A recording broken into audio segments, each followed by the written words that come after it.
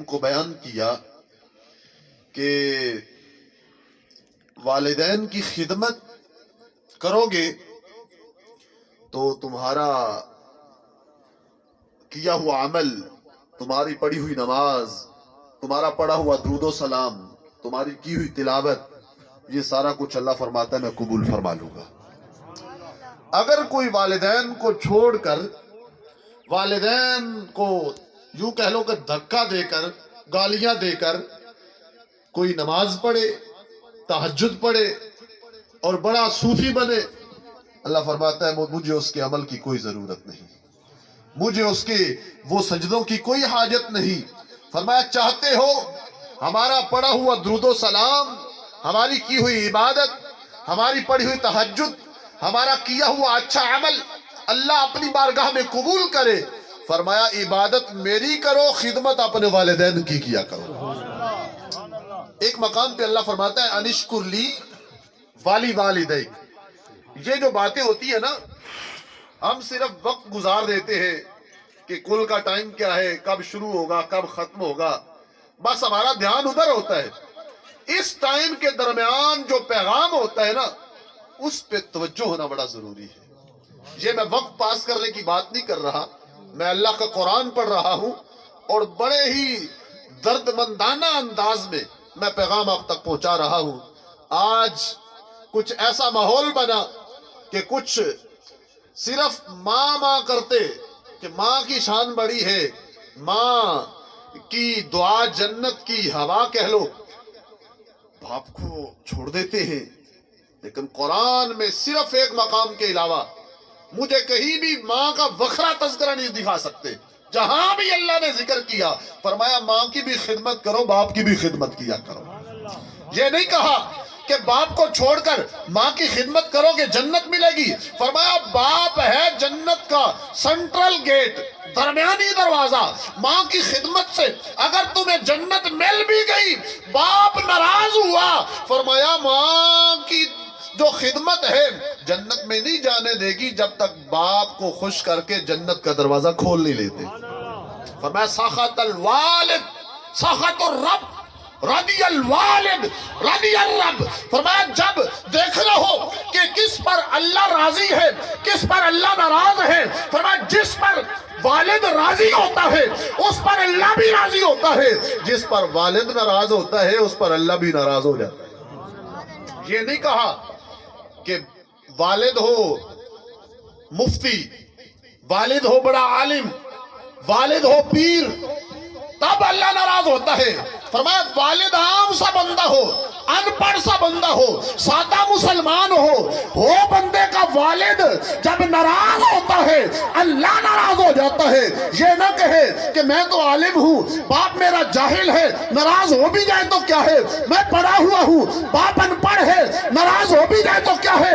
اللہ فرماتا ہے تو بے شک عالم ہے، تو بے شک مفتی ہے، بے شک پیر ہے، باپ تیرا بے شک جانوروں کو چارہ ڈالتا ہے، عام بنتا ہے، سادہ بندہ ہے، جب ناراض ہو جائے گا نا اللہ پڑھائی کو نہیں دیکھے گا، اللہ تیری پیری مریدی کو نہیں دیکھے گا، اللہ تیری کتابوں کو نہیں دیکھے گا، اللہ تیرے سجدوں کو نہیں دیکھے گا، اللہ تیرے باپ کو دیکھے گا۔ جب وہ تجھ پہ راضی ہوگا اللہ بھی راضی ہو جائے گا، جب وہ ناراض ہوگا اللہ بھی ناراض ہو جائے گا۔ بے شک بے شک، اللہ اکبر، یا رسول اللہ۔ اب یہ نہ کہنا کہ ماں کے وصال پہ تم باپ کی شان، یہی تو خرابی ہے نا۔ ہم لوگ دیکھ لیتے ہیں کون فوت ہے جی، والدہ فوت ہے، چلو جی او کاپی تو رکھ لینی، والدہ دی شان والی او کر لینی من کردہ، باپ پھر باپ والی پھر او ایک ترتیب بنی دی۔ لیکن یہ سارا پیغام اللہ اور اس کے رسول صلی اللہ علیہ وسلم کا کسی موقع پہ بھی سنا دو، اس کا کوئی موقع نہیں کہ اب والدہ کی وصال پہ تم صرف والدہ کی شان بیان کرو گے، نہیں۔ جب اللہ قرآن میں فرما رہا ہے والد اور والدہ، والدین کا تذکرہ، اللہ قرآن میں فرماتا ہے انشکر لی والی والدیک، فرمایا شکر میرا بھی کرو، شکر اپنے والدین کا بھی کرو۔ یا اللہ تو نے رزق دیا، تو نے زندگی دی، تو نے دنیا میں بھیجا،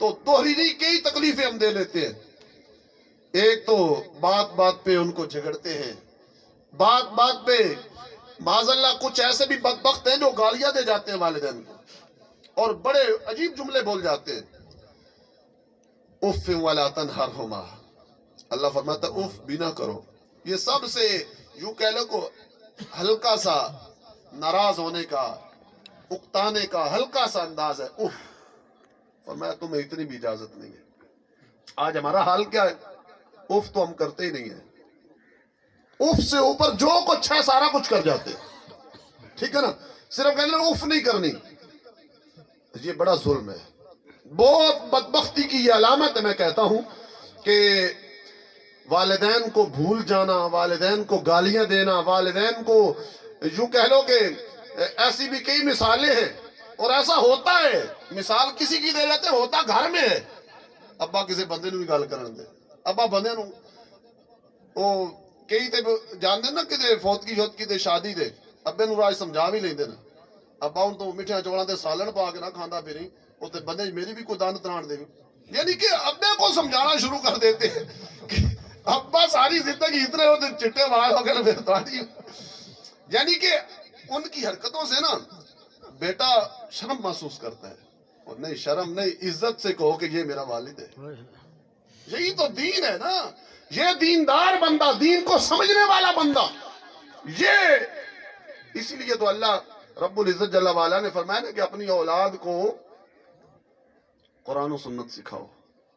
قرآن میں یہ لکھا ہے والدین کی عزت کرو, حدیث پاک میں یہ لکھا ہے والدین کی عزت کرو. کہیں ریاضی کی کتاب میں کسی نے پڑھا ہو, سائنس میں کسی نے پڑھا ہو, کہیں انگلش میں کسی نے پڑھا ہو؟ نہیں بھائی, ریاضی بھائی صرف سوال و جواب ہوں نا, 2 + 2 = 4, بس. کوئی والدین کی عزت احترام, کوئی اس طرح کا چکر نہیں ہے. یہ چکر کہاں سے ملے گا؟ یہ ملے گا تو قرآن و سنت میں ملے گا.